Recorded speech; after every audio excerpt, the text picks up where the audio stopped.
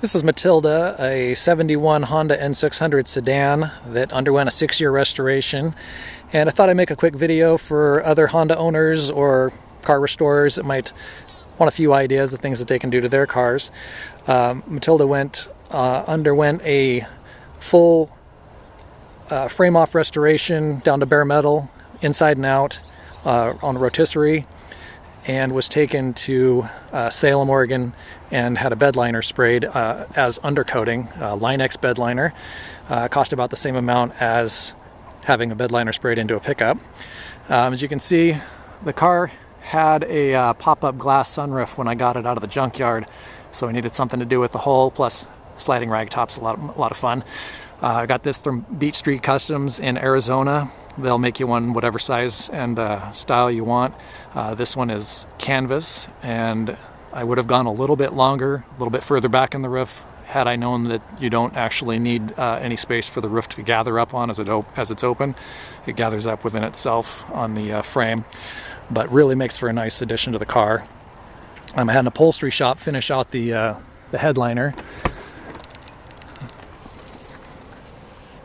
So you can get with or without a headliner from Beat Street, and then I went and had an upholsterer finish out the headliner. He also carpeted my kick panels, made me some floor mats, and also made a trunk mat and carpeted the sides of the trunk.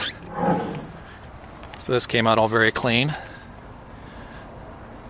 For audio equipment, I had a local stereo shop build me this rack underneath the package tray, and he actually wrapped the whole package tray in speaker cloth and perforated it.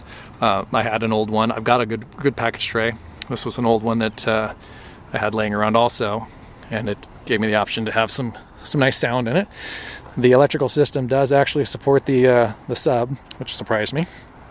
And then we're running a JVC Chameleon stereo, and then I also built a little iPod dock into the ashtray. So when you just pop it out and close it, it disappears. And then they also made me some speaker pods to go up under the dash, and they're almost invisible. For security, we have an auto page alarm system that has a 1-mile range on a 2-way remote, and I've also put a tilt sensor in case somebody tries to jack up the car, and was even able to do keyless entry.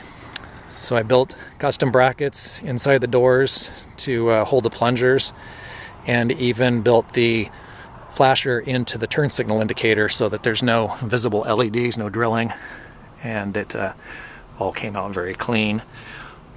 I did an LED brake light, third brake light, to keep us from getting hit, hopefully. So you can see here, it's very bright, and we actually had to diode it to keep it from flashing and backfeeding the circuit, and it works out really well that the turn signal, when you're turning one direction or another, the third brake light flashes with the turn signal until you hit the brakes, and then it goes solid, so that makes for a nice effect. Also on the safety front, I added a horn that is not factory to give us a little bit more volume there, and was able to put a stainless steel fire extinguisher up under the dash, and it bolted right up to the cross member without having to do any drilling, and you can actually open the glove box without hitting it, which is nice.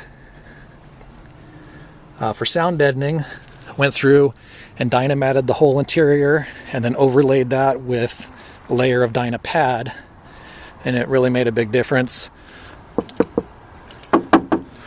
And that kind of sound. I put a layer of Dynapad under the hood as well.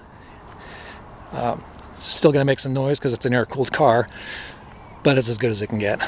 And then here on this emblem, I went ahead and broke up some red beads from a craft store and melted them into the emblem at about 450 in the oven, and that came out real nice and practically new looking.